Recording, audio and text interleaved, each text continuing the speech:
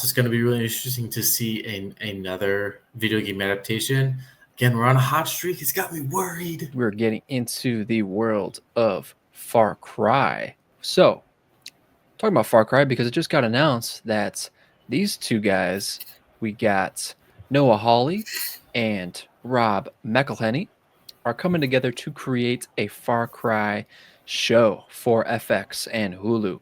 Now, for FarCry, I'm not too familiar with it. It's a video game that I've been aware of for lots of years, as long as I've been playing video games. And it just seemed like, I mean, I'm not too sure what it's about, but apparently each story is different within the franchise, and they're following some sort of individual. Honestly, I don't know too much about it. And that is by design because I do want to check this show out and I want to kind of go in knowing nothing at all.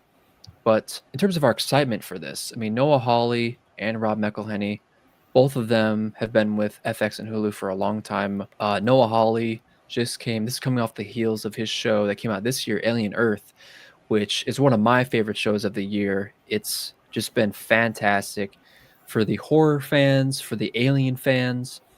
This show totally delivered for me, especially. I know the last episode gets a lot of flack for just what happened.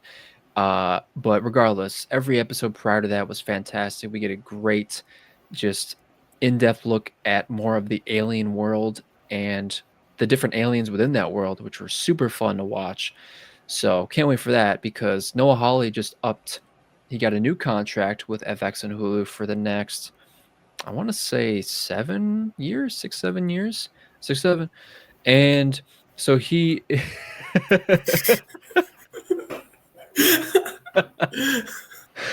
Oh, that's great. I had to just throw that in there. I love it.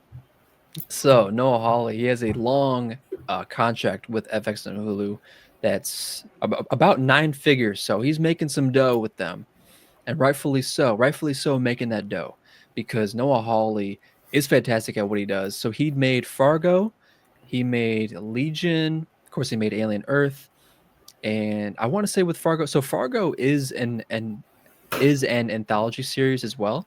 So to take Far Cry and do the same thing with that he's done with Fargo, do that anthology type series, which they plan to make this multiple seasons. So FX and Hulu seems to have a lot of faith in him for what he does, rightfully so, because he's made lots of great work. But I definitely need to check out Fargo sometime soon because it's not like a spinoff, but that was made with inspiration based off of the Coen brothers film Fargo, which I know was a very well revered film in itself. And then so of course we got Noah Hawley teaming up with Rob McElhenney. So Rob McElhenney with his deal and his involvement with FX and Hulu, him and Ryan Reynolds both they co-own a football team in the UK. So as we would call it soccer, but football. And they had their show Welcome to Wrexham, which was them going into that world of the football scene and building that team. And that show, I want to say it said 3 seasons or maybe more, but a lot of people seem to love it. I definitely need to check out at some point because it seems like a feel-good show with real people. Like it's in a sense a reality show about this team. They're building this team to be great, and apparently they've done some great work because they made some really great headway in terms of their league. I want to say they like jumped some leagues to get to. I don't know the exact terminology for it, but their team has done some great work. So Do you know how English football works? I do not. Okay, let me explain it real quick. Run it down. So, like in professional baseball, like in the United States, or professional football or basketball, you have the top league, and you might have like a minor league team for like baseball, but there's no way to go. If you're a minor league team, you're a minor league team. Yeah, you just stay there. English football has tiers. And if you are a local team at the bottom, if you win your league, you move up to the next tier. It would be like the King County Cougars moving up to the Major League Baseball. Now, there's a lot of tiers, so that's the thing. That's why this is a good story. There's like 9 the bottom 5 are like there's like no money, like people are basically playing for fun. Like bare bones. But the thing is, if you're in the bottom of the league, you could be relegated. You could be relegated to the lower league. So at the end of the season, the bottom team from the higher league and the top team from the lower league play. It's called a relegation match, and Okay. it's huge games for both franchises because if you're at the bottom, you get up and you get so much more money and resources from the league. But if you move down, you lose that. So it's a huge game, That and sounds really fun. and what's awesome about it is these guys took a team that was in maybe the 4th or 5th tier. I can't exactly remember. I remember seeing the first season, and they took them from that, and they've just been moving up. And the fact that they're documenting it and putting in a show on Hulu is Right. really cool. That's Right. really cool. Yeah. And they did the female team. I don't know about that. Okay, yeah. Okay. Yeah, because so they're doing the female team, and they're essentially doing the same thing. They're trying to build that team up as well. That's cool. Yeah. Yeah, that's So really cool. I wish there was a sport in America that had the relegation system. I think it's so cool, and there is a sport that can do it. It would take a lot of convincing, and it will never happen. But it is technically possible, and it's college football because you said college football? yes. Okay. So you would just divide the conferences, and so you'd have some conferences that like you have the top 8 or whatever, and then if you're at the bottom, you play from the lower conference, you play that match, and then you move up or you move down. Okay. That's how it would work in college football. But yeah, this is a great show. Welcome to Wrexham. Yeah. Welcome to Wrexham.